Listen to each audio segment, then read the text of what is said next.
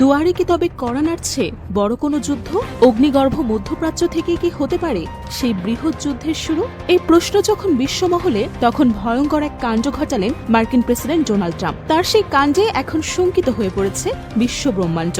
মধ্যপ্রাচ্যে নতুন করে তীব্র উত্তেজনা ছড়িয়ে পড়েছে। ইরানের বেশ কয়েকটি গুরুত্বপূর্ণ পরমাণু স্থাপনায় মার্কিন যুক্তরাষ্ট্র হামলা চালিয়েছে বলে খবর পাওয়া গেছে। বিশেষ করে ফোর্দো পরমাণু স্থাপনা গুরুতরভাবে আক্রান্ত হয়েছে বলে জানা যাচ্ছে, যদিও বিস্তারিত ক্ষয়ক্ষতির পরিমাণ এখনও নিশ্চিত করা হয়নি। এই হামলার পরপরই ইরানের সর্বোচ্চ নেতা আয়াতুল্লাহ আলী খামেনি আমেরিকাকে কড়া হুঁশিয়ারি দিয়ে বলেছে যে ইসরায়েল ইরান সংঘাতে জড়িয়ে পড়া যুক্তরাষ্ট্রের জন্য নিজস্ব ক্ষতির কারণ হবে। রবিবার সকালে খামেনির টেলিগ্রাম অ্যাকাউন্টে বুধবারের টেলিভিশনে দেওয়া তার একটি মন্তব্য পুনরায় শেয়ার করা হয়েছে। ওই মন্তব্যে তিনি বলেছিলেন যে যুক্তরাষ্ট্র যদি ইরান ইসরায়েল সংঘাতে জড়ায়, তাহলে তাদের যে ক্ষতি হবে তা ইরানের ক্ষতির চেয়ে অনেক বেশি হবে। মার্কিন হামলার নিন্দা জানিয়ে একটি বিবৃতি প্রকাশ করেছে ইরানের আণবিক শক্তি সংস্থা। অন্যদিকে জেরুজালেম পোস্টের খবর অনুযায়ী ইসরায়েলের প্রধানমন্ত্রী বেনিয়ামিন নেতানিয়াহু ইরানের পরমাণু স্থাপনায় মার্কিন হামলার পর যুক্তরাষ্ট্রের প্রেসিডেন্টকে ধন্যবাদ জানিয়েছে। ফক্স নিউজের তথ্য মতে ফোর্দো স্থাপনায় 6টি বাংকার বাস্টার বোমা ব্যবহার করা হয়েছে এবং অন্যান্য পরমাণু স্থাপনায় 30টি টমাহক ক্ষেপণাস্ত্র নিক্ষেপ করা হয়েছে।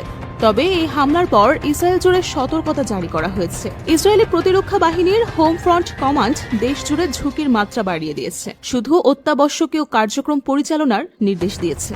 ইরানের কোম প্রদেশের একজন কর্মকর্তা ফোর্দো পরমাণু স্থাপনার একটি অংশে হামলার খবর নিশ্চিত করেছেন। ইরানের তাসনিম সংবাদ সংস্থা কোমের প্রাদেশিক সংকট ব্যবস্থাপনা সদর দপ্তরের মুখপাত্র মুর্তজা হায়দারিকে উদ্ধৃত করে জানিয়েছে, কয়েক ঘণ্টা আগে কোমের বিমান প্রতিরক্ষা ব্যবস্থা সক্রিয় হওয়ার পর এবং শত্রু লক্ষ্যবস্তু চিহ্নিত হওয়ার পর ফোর্দো পরমাণু স্থাপনার একটি অংশে শত্রু বিমান হামলায় আঘাত হেনেছে। ইরানের রাষ্ট্রীয় সংবাদ সংস্থা ইরনা একজন কর্মকর্তাকে উদ্ধৃত করে বলেছে, এই 3টি পরমাণু স্থাপনায় এমন কোনো উপাদান নেই যা বিকিরণ ঘটায়। এই মন্তব্যে ইঙ্গিত দেওয়া হয়েছে যে বোমা হামলার আগেই ইরানি কর্তৃপক্ষ সম্ভবত সমৃদ্ধ ইউরেনিয়াম ওই স্থাপনাগুলো থেকে সরিয়ে নিয়েছে। ইরানের জাতীয় টেলিভিশন নিশ্চিত করেছে যে 3টি পরমাণু স্থাপনা খালি করা হয়েছে। ইরান গত কয়েক রাত ধরেই ফোর্দোতে হামলার আশঙ্কা করছিল।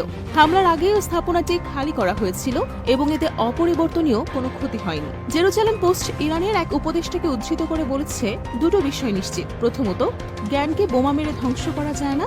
দ্বিতীয়ত, এবার জুয়ারি নিশ্চিতভাবে হারবে।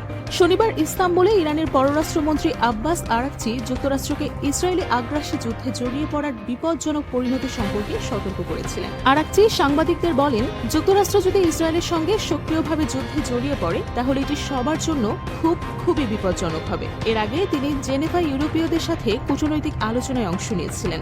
ইসরায়েলি পাবলিক ব্রডকাস্টার কান একজন অজ্ঞাত ইসরায়েলি কর্মকর্তাকে উদ্ধৃত করে জানিয়েছে, ইরানের উপর হামলায় ইসরায়েল যুক্তরাষ্ট্রের সঙ্গে সম্পূর্ণ সমন্বয়ে কাজ করেছে। উল্লেখ্য, B-2 স্টিলথ বোমারু বিমানই একমাত্র উড়োজাহাজ যা GBU-57 A B massive ordnance penetrator বা মাদার অফ অল বোমস বহন ও মোতায়েন করতে সক্ষম।